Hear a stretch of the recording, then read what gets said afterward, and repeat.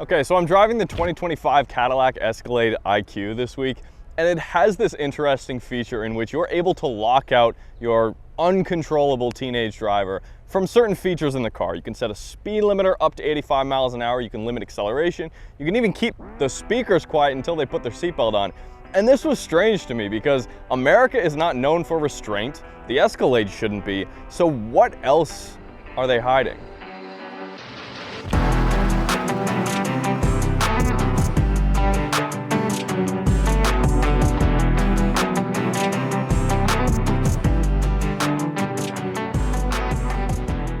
And we're off. Silence. The Escalade IQ is all electric. That much is obvious.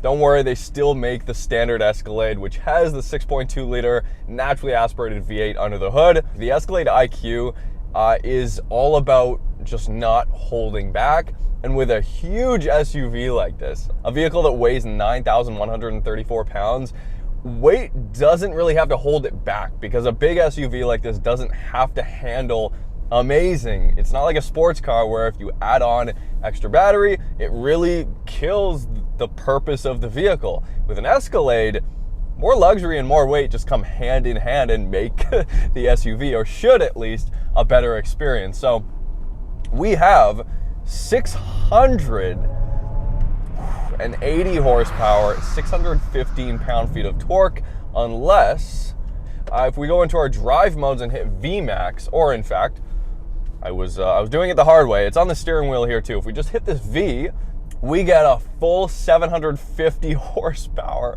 785 pound-feet of torque.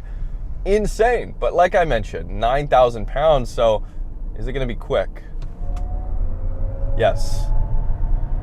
The answer is yes. It's ridiculous, ludicrous, insane. If you pair it with decent enough motors, which we have two of here, standard all-wheel drive, then it can put that power down in incredible amounts, right? The battery is 205 kilowatt hours. The Lucid Air Grand Touring I drove, which is notorious for its incredible range, over 800 kilometers, that had a 112 kilowatt hour battery. So this is almost 100, this is almost double the size of that battery.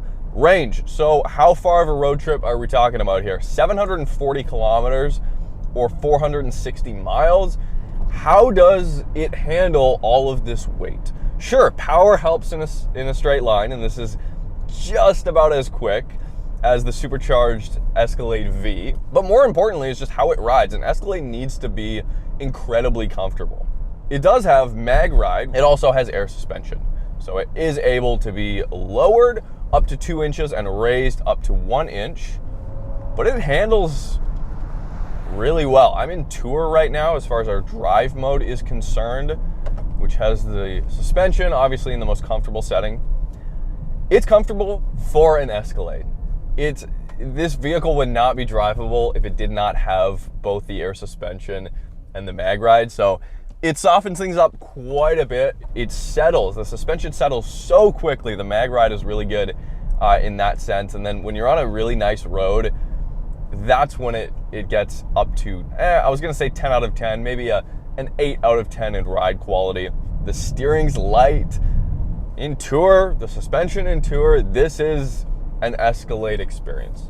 Upon first impression here, there is almost zero compromise. You just feel the weight. That's inescapable here. It's like, what kind of world do we live in that a Cadillac Escalade that makes zero sound has 750 horsepower? Stupid.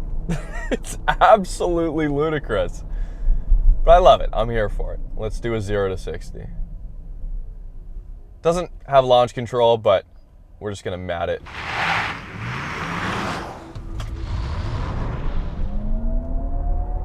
Now it's giving me full power. Just before 60 miles an hour, it finally gets to the point of giving me full power. Stupid quick. I mean, it does everything you would expect in a vehicle this size. It pitches, it rolls, even in sport mode here. And the steering, what I've been most impressed with is, and this was Cadillac's goal, it's incredibly maneuverable. The steering is sharp. I almost never have to go hand over hand And that, of course, has a lot to do with rear steer. That comes standard on all Escalade IQs. Sharp, is that a word I can use to describe the Escalade IQ and how it feels? I mean, it'll do 3-point turns on a dime. It maneuvers really well. Now here I am thinking, how long are these tires gonna last? And yeah, do I think it would ride a little bit better with 22s instead of 24s? Yeah, probably, but it really doesn't need it. It's quiet, it's comfortable, it's smooth, it's everything I would expect from an Escalade. Brakes feel good. They've almost got an S-Class feel to them. One thing I will say, the vehicle this size, even in tour, the holy shit handles, pardon my language back there, they rattle over roads that are not that bumpy. It hasn't happened as much today, but last night especially, it's plastic on plastic, and it's just kind of touching and rattling just a little bit, so that's kind of disappointing. Seats are holding me in great. I love these seats. They've got adjustments everywhere for everything, bolsters, lumbar, all that kind of stuff. The massage is one of the best, easily on par with Mercedes.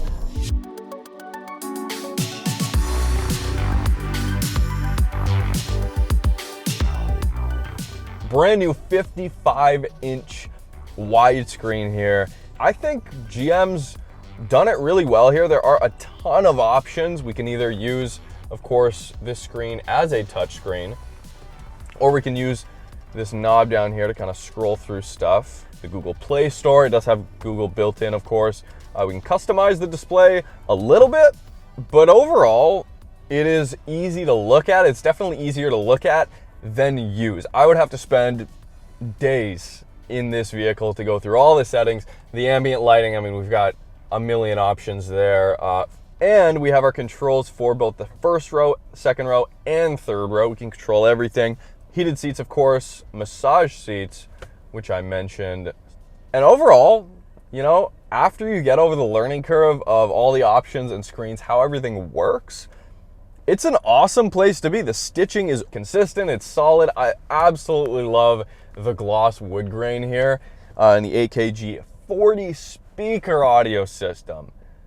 Ridiculous, it's really good. As you can see, the entire dashboard is effectively a speaker. We've got tweeters in the headliner up here, Alcantara headliner. We've got speakers everywhere. This is Harbor Blue. That's the spec we have here. And a lot of storage. The cabin is huge. They've, you know, not having an engine and a transmission has enabled the IQ to have a ton of space underneath here. If you poke around, like this center console moves around side to side a little bit here, like all your seating adjustments are up here. That's not what annoys me. That's great. It's kind of Mercedes style, really easy to use. However, let's say I want to adjust lumbar. Well, I can either dig through the screens like this, or you think, hey, I just hit this knob and it comes up, which it does, but then you got to click a button to go to position, and then you got to go to adjustments, and then you got to click lumbar, and then you can adjust it. That's insane. I'm not doing that. So again, set it and forget it, and that's how this is going to be the most comfortable. Let's go to the back seats.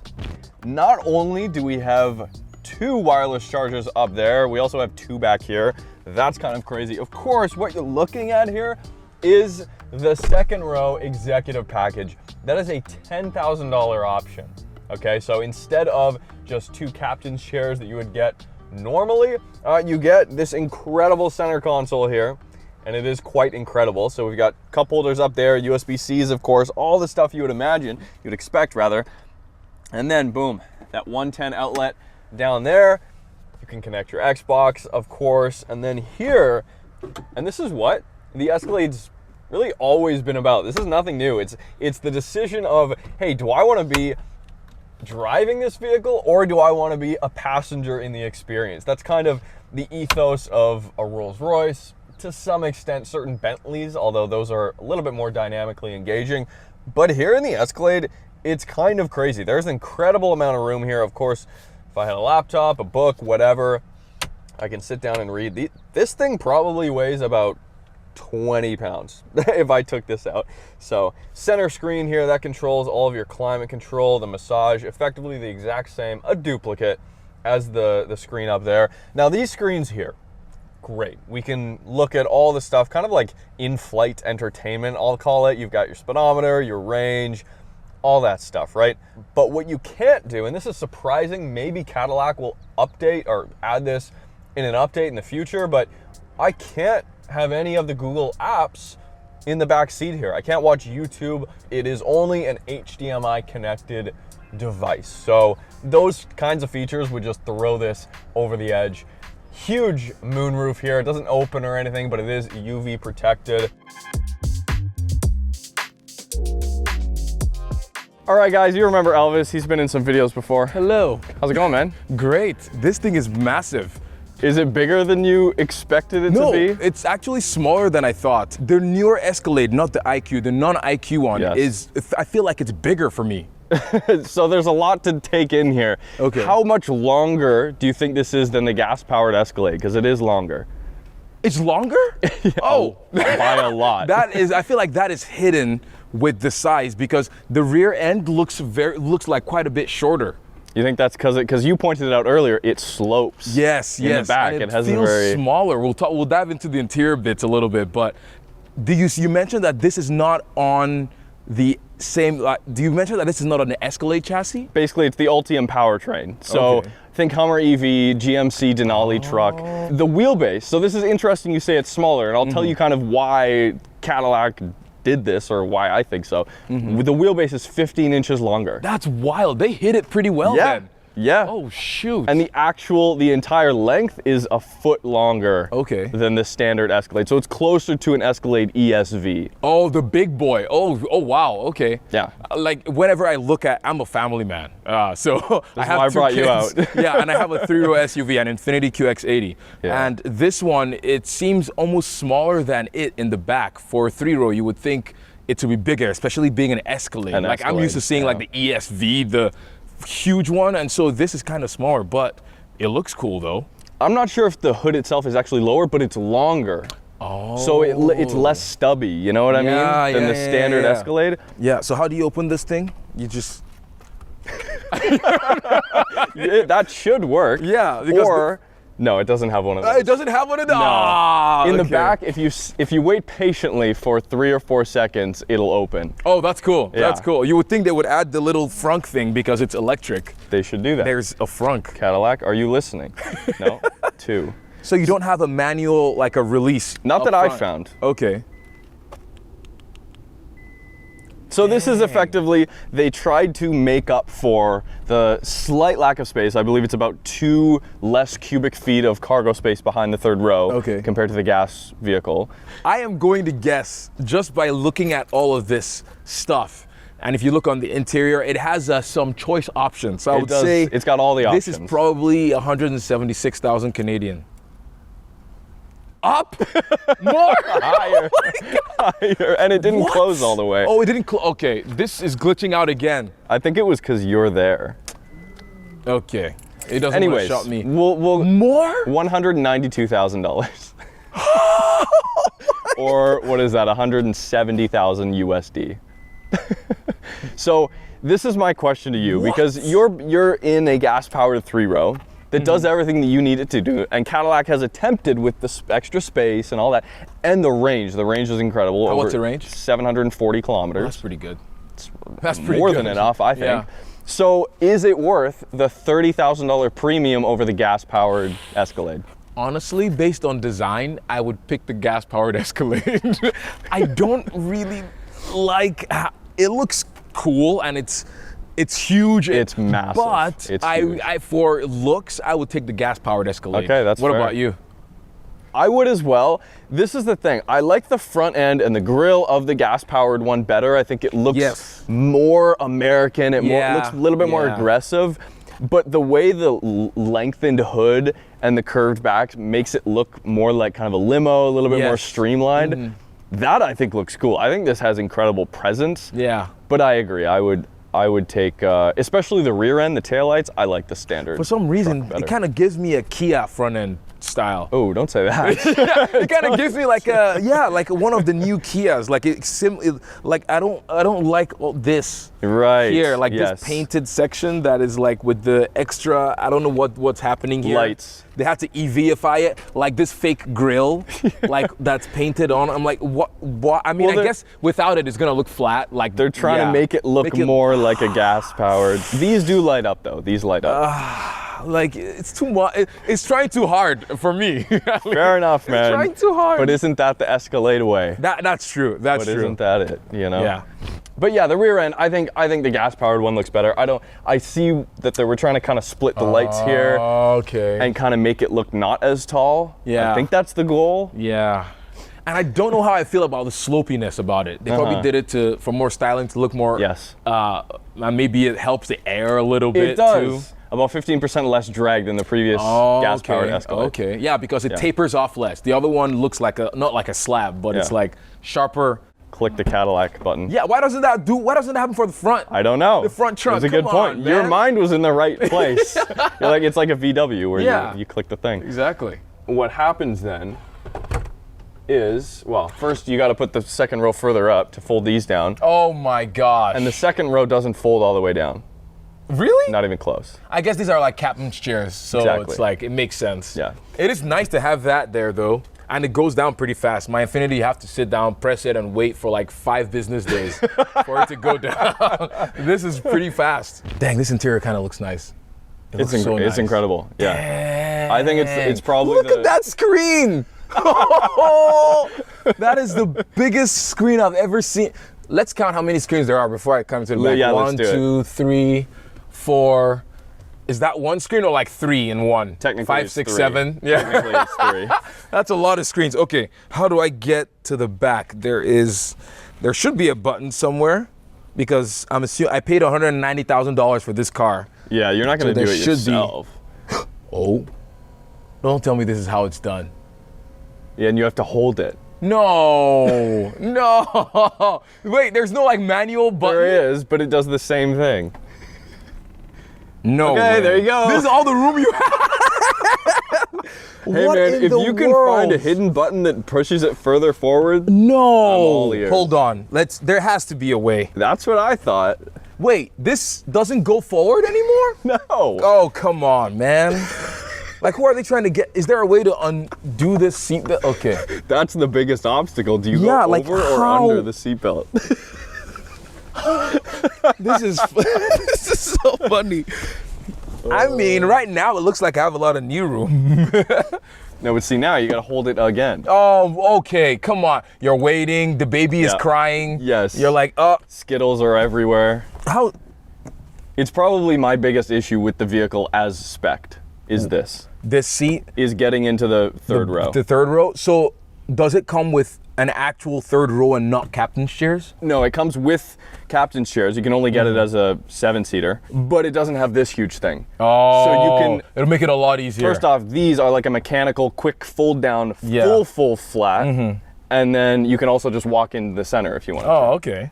Yeah. That's not bad. Okay, so now that's another thing. Why would they enable it to turn off when, oh shoot, oh my gosh.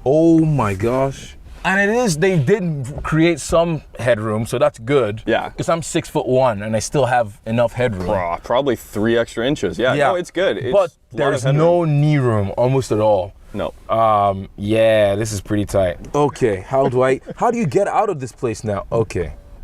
Okay, I honestly. This isn't even for the viewers. This is for my entertainment. Honestly, okay, seatbelt is out of the way. Okay, maybe I'll do the back. I'll go out through the back side. That's like a ladder. Yeah, oh my gosh. There you go. Yo, and then it turned itself off, and it turned off all the electronics after a few seconds. Oh. So you have to go and turn on the car again to press this. Like, why wouldn't they just leave this to be able to adjust infinitely? Yeah. So,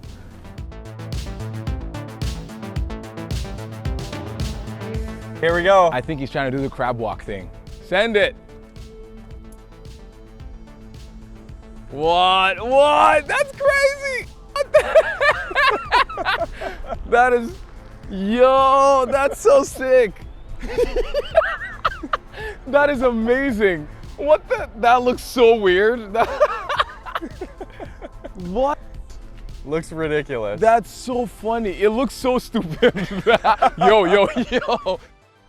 In some ways, the Escalade IQ is what we thought the Escalade was when we saw it as kids in the early 2000s driving around when it first came out. Maybe not the first generation, but when it got all of those sharp edges, the new kind of Cadillac design language, it's finally what we thought. It is no longer just a rebadged Tahoe with a DVD player tacked onto the ceiling, right? It was so integral at the time in pop culture, you know, with Hollywood, celebrities had Escalades. It was a statement. And this, as it sits, with the arrival mode, the ability to effectively crab walk, that is such like an internet thing. That is such a PR kind of wow thing just to grab people's attention, in my opinion. But it would also fit so perfectly into a music video, let's say from 2003. So in that way, the Escalade hasn't really changed all that much. It's just finally now lived up to the name that Cadillac's been building for over 20 years now.